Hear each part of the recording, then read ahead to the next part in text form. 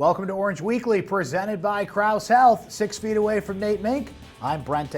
Coming up, Syracuse football is back. That was a question mark through most of the offseason, but they will take on the North Carolina Tar Heels Saturday at noon. We will discuss that game coming up. We'll hear from Syracuse head football coach Dino Babers as well on how his team managed to practice and get ready for a season through a pandemic. But Nate, man, I can't believe we're sitting here talking football. That's been up and down all around. The Big Ten's not playing. The Pac-12's not playing. What is the ACC going to do? Well, they're at least going to get this game in, and we'll see what happens from there, Nate. But I just want to go through this crazy offseason and what you were thinking as we went through that roller coaster ride of whether or not football would take the field or not.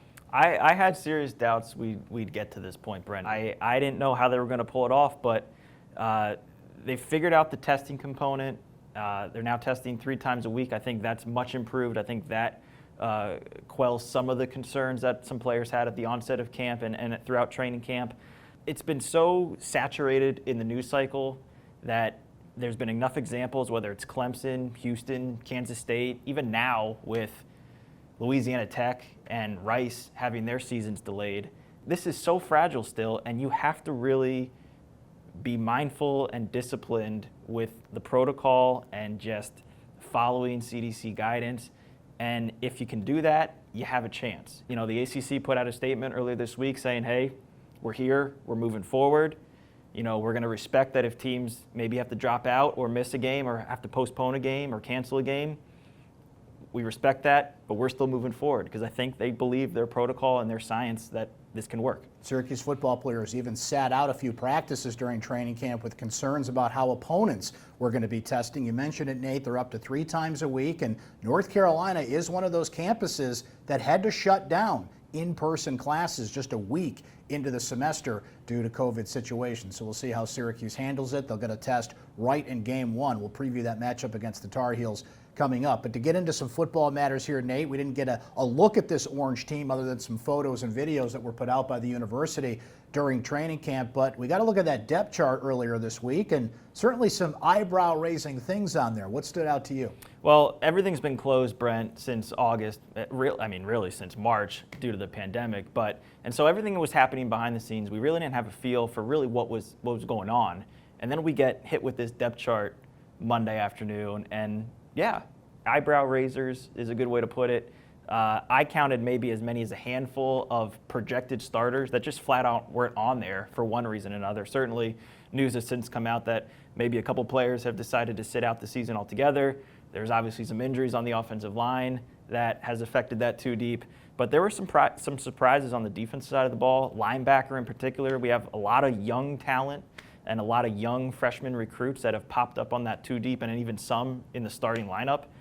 That's fascinating to me, and it's going to be interesting to see how it all unfolds starting Saturday. Yeah, notably Abdul Adams and Jarvion Howard at the running back position. We had heard through camp that they weren't there, weren't practicing, weren't spotted in photos and video. Dino Babers being a little coy when he was asked about it, and reportedly won't be there. They seem to be opting out, and that turns a position of strength on the offense, of depth, into more of a question mark now. I think Jawar Jordan's a young, exciting running back, but can he handle the added load? Markenzie Pierre, we've seen a little bit of here and there, but a question mark there. You mentioned some of the younger guys that popped up on the defensive side of the ball. It's going to be fascinating to see how it all plays out here. So that leads into my next question, Nate, about all things considered. An off-season with what, 3 spring practices, if that. The limitations in this year's training camp, including some practices this team sat out. All things considered, the new schedule they were handed a month ago, right? What are the expectations for Syracuse football in 2020? I really think it depends who's sitting in the chair. You know, if it's a player or a coach, status quo. Nothing has changed. They're going to go out there every week expecting to win and expecting to compete at a high level. You know, their expectations have not shifted one iota. You know, certainly they are cognizant and mindful of the challenges that the last 6-7 months have certainly put on themselves and frankly, every other college football team around the country. That said, you know, the fan, the media, you and I, you know, I think you certainly have to factor in all of the things you mentioned, but at the end of the day, in terms of what's moving this program forward, there's no freebies in this sport. You know, you're judged by wins and losses. And, you know, if you throw out a 3-8 or a 4-7, I don't know how that's going to translate into better recruiting success. I don't know how that's going to translate to making your fan base feel better about themselves going into 2021. I mean, certainly you're going to have opportunities to really take a long look at a lot of young players that you have in your program and figure out, you know, which pieces fit best where. But everyone's, you know, this is a competitive sport that ultimately is judged by wins and losses, and 2020 and all of its nuances and weirdness, I don't know if you just outwardly toss this year up and say, hey, it's a freebie. It's going to be interesting to see how it plays out. There's a couple things, too, that I think you have to factor into the conversation. One, you've got a new offensive coordinator in Sterling Gilbert and a new defensive coordinator in Tony White. Fans asked for changes. They got those changes, so now you got to let those changes bake a little bit. Two, we mentioned it briefly there, Nate. Syracuse got handled an entirely new schedule, 3 weeks ago? And that is one of the toughest road slates, not only in the ACC, but I think in the country. Clemson, North Carolina, a stacked Pittsburgh team. Louisville was supposed to be here in Syracuse. That game is now on the road. And oh, by the way, let's add in Notre Dame, South Bend. Let's put that on the schedule, right? So all things considered, what are the expectations for me? If we get football, I'll be happy. And then we'll figure out 2021 from there. Well, Dino Babers had to figure out football through a pandemic. How did his team do it? Let's hear from the head coach. It's time for Syracuse Soundbites. You know, our guys just come at it a little bit differently, and they really take their time, they do their homework, and they're going to ask you some tough questions. And they're the type of group that you need to answer the questions. They're not one of those type of groups where, hey, this is the way we're going to do it, you do it our way or the highway. We don't recruit cats like that. For the most part, our cats, they ask why, you give them a good answer, they'll go back and digest it with common sense, and then you can rock and roll. But if you can't give them a good answer, they're going to ask more questions. So we're just a little bit different. I think that from the protocol standpoint, I think the state of New York has been at it longer, too. I mean, this thing hit us first. It hit everybody else later. So when our team came on campus, maybe the older generation and the surrounding community had a different attitude about it. I mean, as soon as our guys got back, my phone was blowing up that players are at supermarkets and they don't have a mask. I mean, first of all, people had my telephone number, which is different than a lot of communities. But, I mean, I went right back to them and said, hey, there was guys on the team at this supermarket during this time, at the meat market, buying meat, and they didn't have their mask on. I mean, it was detailed and it was precise. So I just think that the whole community, the chancellor from the top down at the school, and the state of New York, our hearts were at a different place. We got hit by some big numbers, and there was no way in the world we wanted those numbers to go back up again. So I think they came into a family and a community that was going to do it the right way, and they needed to adjust very quickly, especially if they were coming from some of the hot states.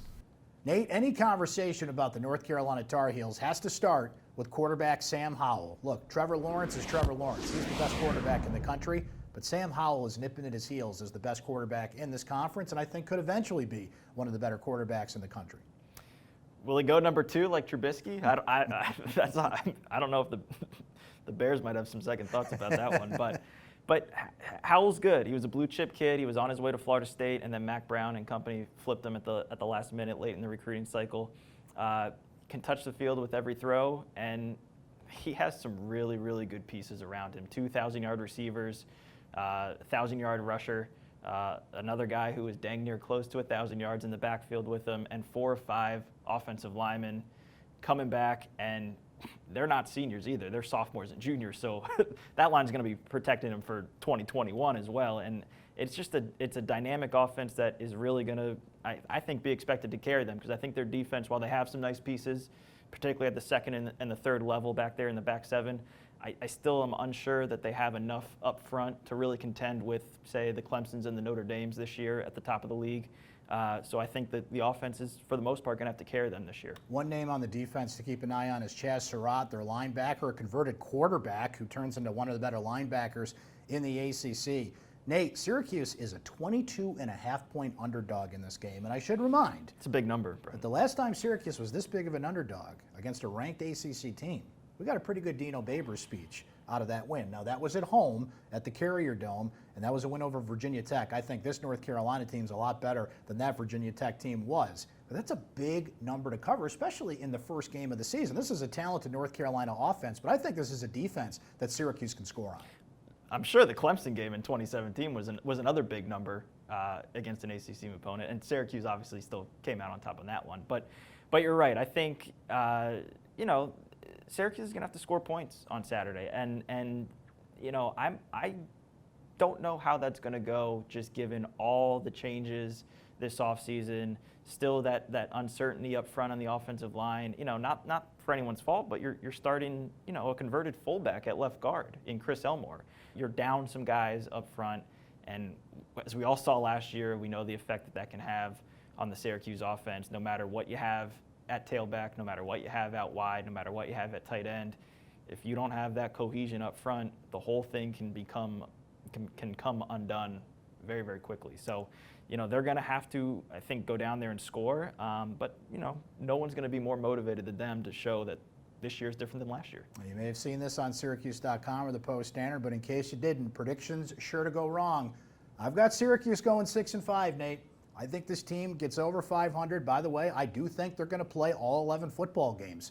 I think they're going to find a way to plow through and get these games played. They've got to take care of business at home. That is the key to this. We mentioned that brutal road slate that they have. I think they do that and find a win on the road somewhere, maybe one of these first two games early, either North Carolina or Pittsburgh. 6-5. Nate, what do you got? For the year, I have them under 500. I have them at 4-7 if they play all 11 games. I don't think they're going to play all 11 games, although I don't think it's going to be Syracuse's fault that they don't play 11 games. Good point. I think there's other teams around the league that may get tripped up at some point down the line. We'll see on that. Brent, I really just think they're still a year away. I like the pieces that they have, really throughout the roster: quarterback, running back, receiver, even on the offensive line. Now, some of those offensive linemen that I like a lot aren't starting the season healthy, so maybe that stunts their development or whatnot. But I think they're still maturing, they're still finding their way, and then obviously on the defense to totally revamp the whole system and go to that 3-3-5 while you have a very, very strong foundation with some really, really good pieces in the secondary that, quite frankly, may only be here 1 year this year. I still think there's going to be a natural learning curve just for the lack of practice time. I mean, and I don't mean it like Zoom calls are the end-all be-all of what they've done this season, but I just don't know how much hitting they've truly done. And that goes back to the spring. And the one thing I will say, just being around the program for the last 4 or 5 years under Dino, is they really turn up the heat in the spring. They get physical in the spring, and then if they're going to bang on them in the spring, they're going to rest and recover in the summer months, and then in the summer they're going to condition and work on that tempo. And I really just don't know how they're going to hold up physically without that much needed practice time that they missed. And the interesting thing there is everybody's in that same boat with that limited practice time. That is our debut edition for the 2020 season of Orange Weekly. For Nate Mink, I'm Brent Dax. Thanks to our friends at Krause Health. We'll talk to you next time.